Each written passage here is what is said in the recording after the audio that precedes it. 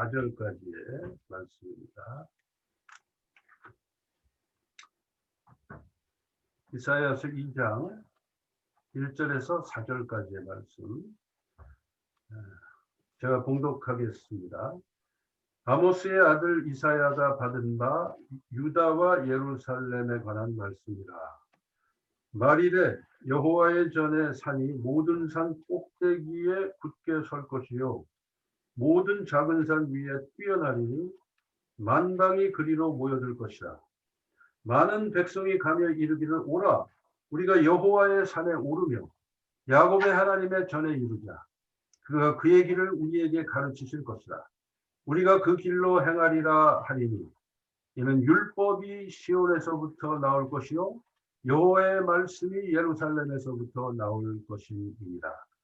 그가 열방 사이에 판단하시며 많은 백성을 판결하시니 무리가 그들의 칼을 쳐서 보습을 만들고 그들의 창을 쳐서 낫을 만들 것이며 이 나라와 저 나라가 다시는 칼을 들고 서로 치지 아니하며 다시는 전쟁을 연습하지 아니하리라. 아멘. 자, 이제 두 주 후면은 우리는 성탄 주일을 맞이하게 되고요. 현재는 우리가 대강절 기간을 보내고 있습니다. 그래서 오늘부터 성탄 주일인 20일까지 3주 연속으로 주님 탄생하심과 관련된 말씀을 전하려고 합니다. 오늘 그 첫 번째 시간으로 메시아 강림에 관한 예언 중에 하나인 이사야서 2장 서두의 말씀으로 오늘 전하겠습니다. 1절에서 4절까지의 짧은 말씀인데 엄밀하게 말하면 3절 정도 되는 말씀이라고 볼 수가 있습니다. 왜냐하면 1절은 사실상 이사야서 2장 전체의 제목과 같은 역할을 합니다. 아마 짐작컨대 원래는 그냥 제목이었을 가능성이 많아요. 그런데 이제 세월이 흐르다 보니까 그것이 1절로 바뀌지 않았을까 그렇게 성서학자들은 짐작을 합니다. 그래서 원래는 2절이 1절이었을 가능성이 크죠. 그러나 이제 여러분들이 참고로 아셔야 될 것은 옛날에는 뭐 장절 이런 거조차도 없었습니다. 그건 나중에 다 생긴 거예요. 원래 오리지널에는 장절 이런 게 없어요. 그냥 참고로 제가 말씀을 드립니다. 제목 이런 것도 없었고요. 나중에 차츰 생긴 것입니다. 자, 이사야 선지자가 1절에 보면은 하나님으로부터 받은 계시의 내용을 그 유다와 예루살렘에 관한 계시의 내용을 예언으로 지금 선포하고 있는 것입니다. 언제 그랬습니까? 주님 오시기 약 700년 전에 이사야가 예언한 내용인데요. 2절부터 보면은 첫 번째 그 산에 관한 내용이 나와요. 2절하고 3절에 기록되어 있죠. 산인데 무슨 산이냐 하면은 여호와의 전의 산 이렇게 되어 있습니다. 여호와의 전은 물론 예루살렘 성전을 말하는 것입니다. 그러니까 여호와의 전의 산이라고 하는 것은 예루살렘 성전의 산, 즉 예루살렘 성전이 있는 산. 그러니까 무슨 산입니까? 시온산이죠. 시온산. 즉 이 시온산에 관한 말씀이에요. 시온산에 관한 예언의 말씀이에요. 그런데 그 내용이 뭐냐 하면은 이 시온산이 모든 산 꼭대기에 굳게 서게 된다라는 내용입니다. 즉 이 시온산이 이 세상에 있는 모든 산들 위에 우뚝 서게 된다라는 것입니다. 그러면 이게 가능한 일이 될까요? 네? 그러니까 이게 이 시온산은 말이에요. 지난번에도 한번 제가 언급한 적이 있습니다만 말이 산이지 예루살렘 도성에서 보면 그냥 언덕에 불과합니다. 산이라고 보기에는 그냥 언덕이죠. 네.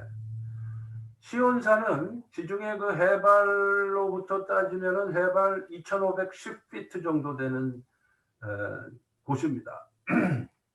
제가 찾아봤어요.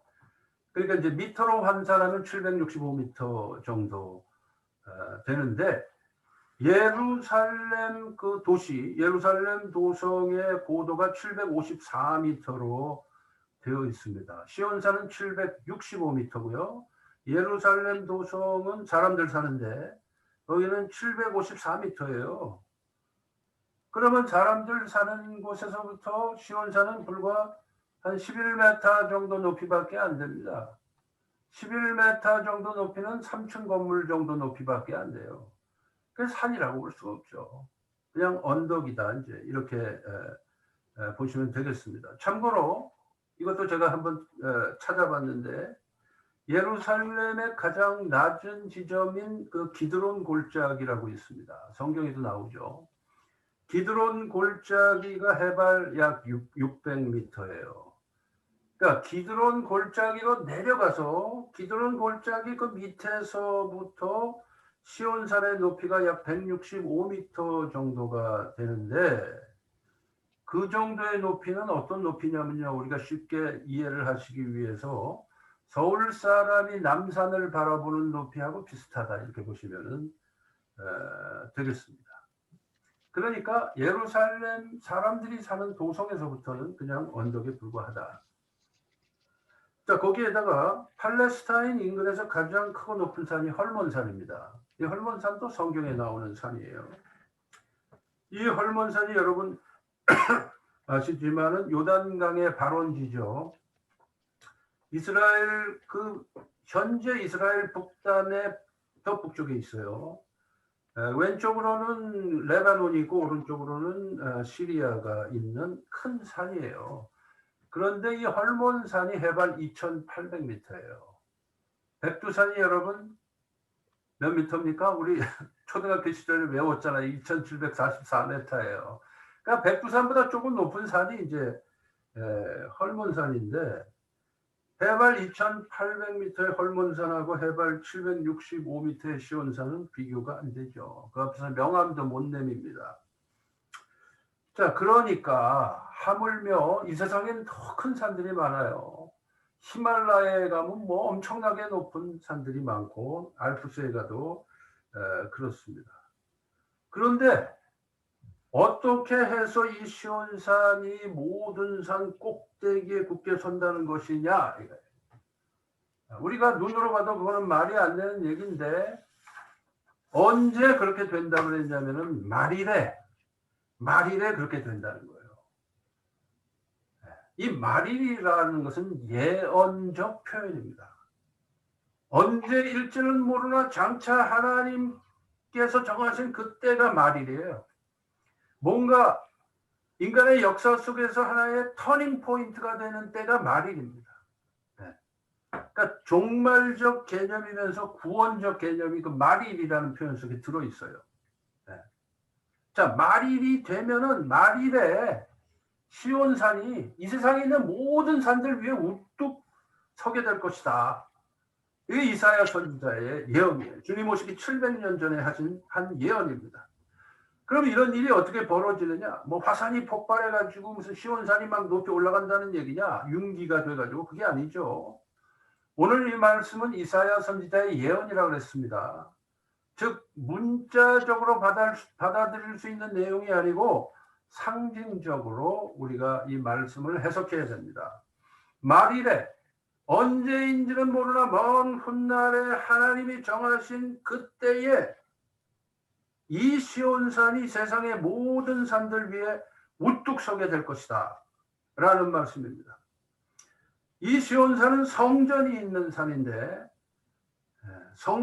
산인데 말일에 즉 하나님께서 정하신 그 인간의 역사의 어떤 전환점이 되는 때에 성전, 지금 이 말씀은 메시아 예언 중에 하나예요. 성전이 누굽니까? 메시아이신 예수 그리스도께서 궁극적인 성전이에요.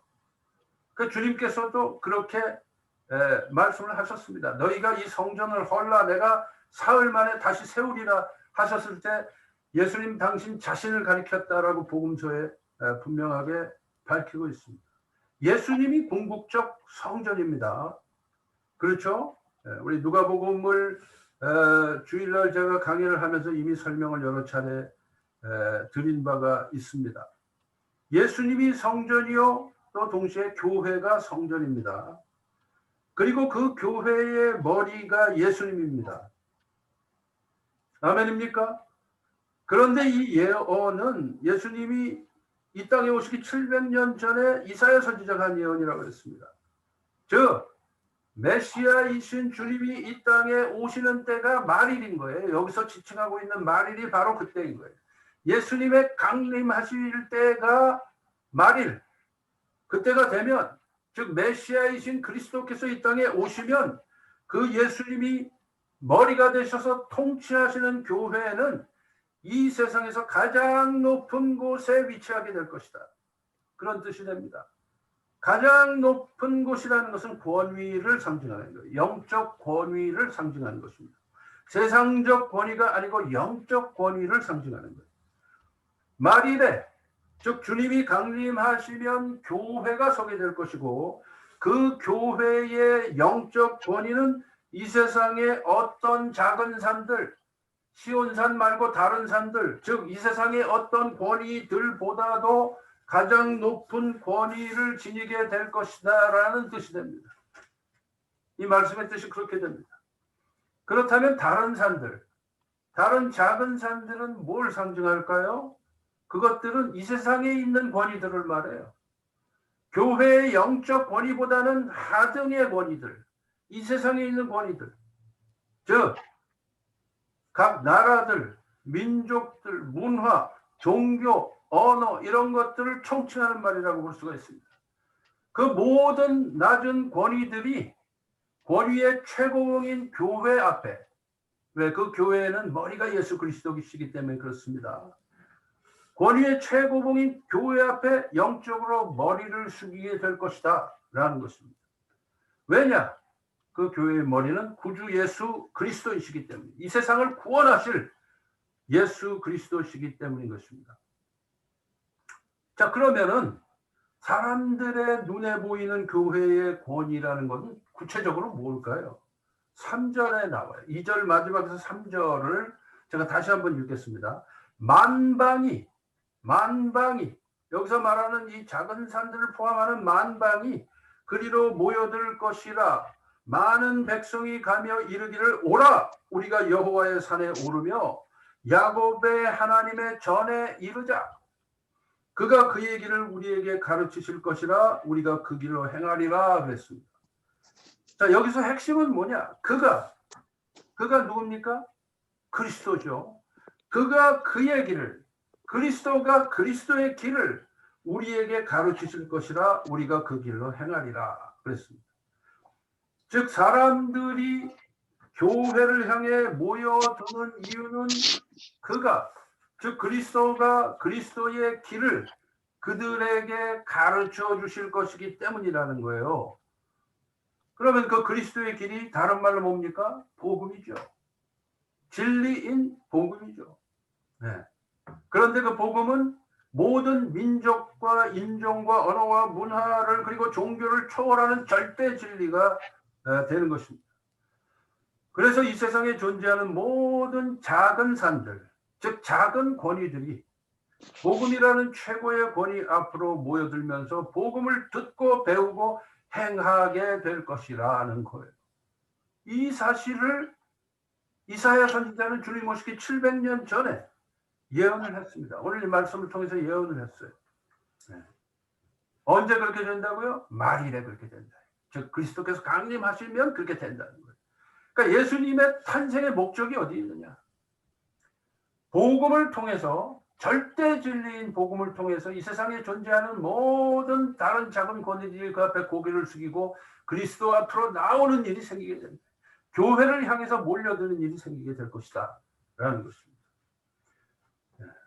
그런데 그 이유가 그 다음에 나와 있어요. 이는 율법이 시온에서부터 나올 것이요 여호와의 말씀이 예루살렘에서부터 나올 것이니라 그랬습니다.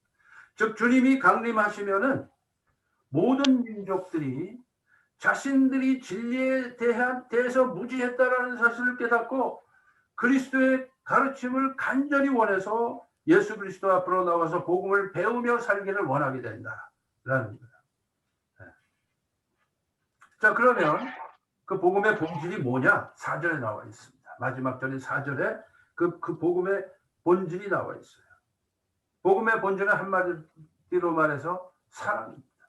이해와 사랑과 용서예요. 그리스도께서 전하신 복음은 바로 그거예요. 이해와 사랑과 용서의 복음입니다. 자, 4절을 제가 읽습니다.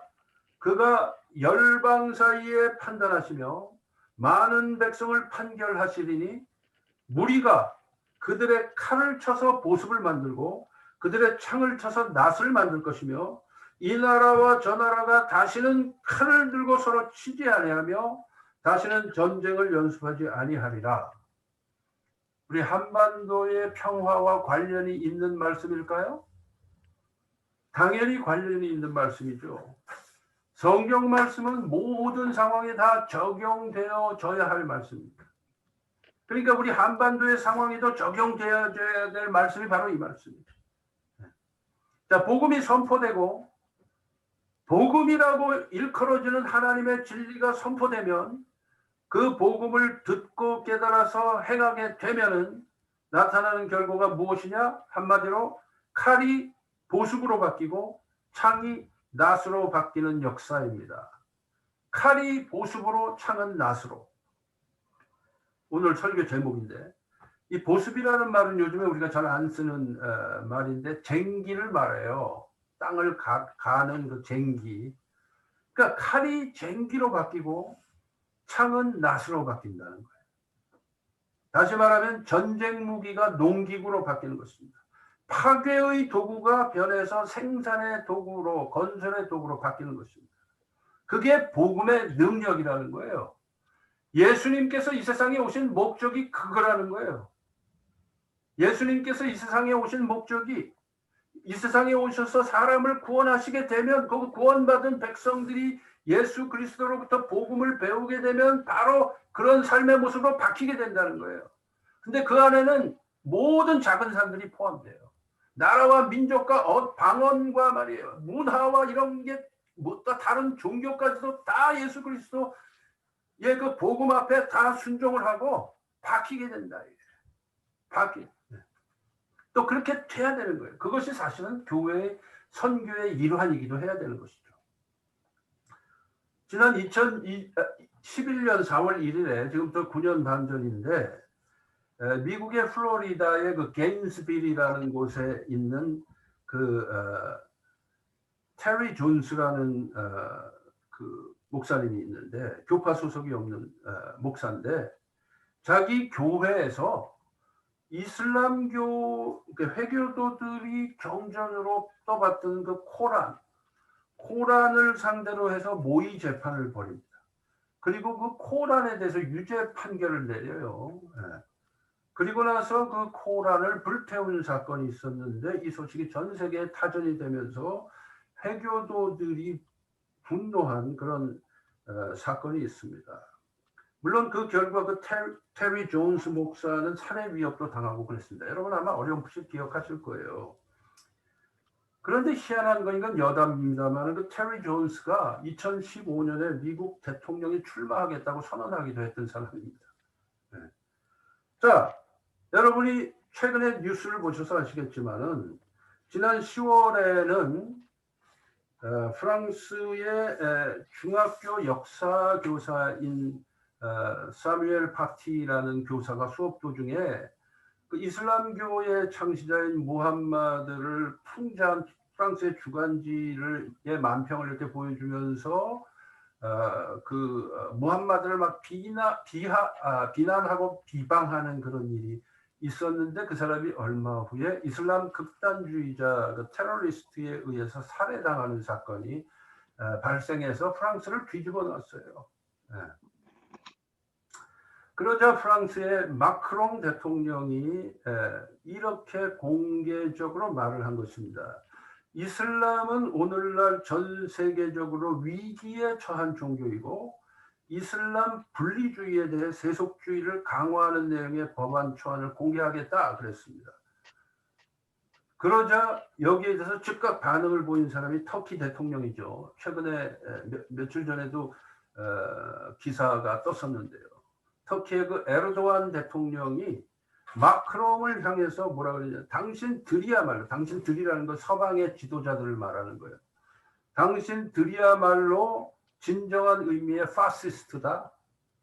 그렇게 강하게 또 비판을 합니다. 그러니까 프랑스 정부는 즉각 터키 주재 프랑스 대사를 소환하면서 프랑스와 터키 사이에 갈등을 빚게 되고, 그렇게 되니까 이 에르도안 터키 대통령이 뭐라고 말을 했느냐, 이게 어저께인가 그저께 한 말인데, 마크롱은 정신치료가 필요한 사람이다라고 비방을 하면서 터키에서 프랑스 제품을 구매하지 말자라는 일종의 불매 운동을 주장하기도 합니다. 그러면서 이것이 이제 회교권과 서방권, 유럽권 전체로 일파만파로 지금 이 갈등이 번져 나가고 있습니다. 파키스탄의 총리는 트위터를 통해서 마크롱은 테러리스트를 비방한 게 아니고 이슬람 전체를 공격함으로써 이슬람 혐오를 조장하는 길을 택했다 그러면서, 또 파키스탄 총리가 마크롱을 비난하고 거기에 쿠웨이트와 요르단과 카타르의 사람들이 같이 동조하고 프랑스 제품 불매 운동을 일으키고 막 그러는 거예요. 그리고 방글라데시, 이라크, 리비아, 시리아에서는 시위가 벌어지고 이런 일이 최근에 발생을 한 것입니다. 그렇게 되자 서방 세계인 독일과 네덜란드, 이탈리아 등 프랑스와의 관계를 표방하면서 터키의 에르도안 대통령을 또 비방하고 하는 연쇄 반응이 계속 일어난 것입니다. 자, 우리는 예수님을 믿는 크리스찬들입니다. 그러니까 크리스찬들 입장에서 회교도들의 저런 행동은 잘못된 것이야. 그리고 우리 크리스찬들의 그 지금까지의 그런 행동은 괜찮아라고 생각한다면 그건 참 큰 오산입니다. 잘못 생각하는 거예요. 과연 그것이 그리스도의 뜻이냐를 우리는 생각해 봐야 되는 거죠. 코란을 법정에 세워서 유죄 판결을 한 후에 불태운 테리 존스 목사는 과연 진정한 크리스찬인가라는 퀘스천이 생기게 되는 것입니다. 동시에 프랑스 역사 교사를 살해한 테러리스트는 그러면 그 사람은 과연 진정한 무슬림일까? 라는 질문도 동시에 생기는 거죠. 진정한 무슬림이라기보다는 극단적인 회교의 극단주의자다 이렇게 봐야 되죠. 마크롱 프랑스 대통령은 과연 기독교를 수호하기 위해서 회교 전체를 싸잡아 비난하는 것일까? 아니면 정치적인 목적이 있는 것일까? 생각해 봐야 되는 거죠. 에르도안 터키 대통령은 회교를 보호하기 위해서 마크롱을 비난하는 것일까? 그래서 프랑스 제품 불매 운동을 벌인 것일까요? 아니면 자신의 정치적인 목적 때문에 그런 것일까요? 생각해 봐야 되는 것이죠. 회교권이든지 서방권이든지 다른 여러 나라들의 반응이 과연 복음과 무슨 상관이 있을까? 제가 볼 때는 아무 상관도 없어요.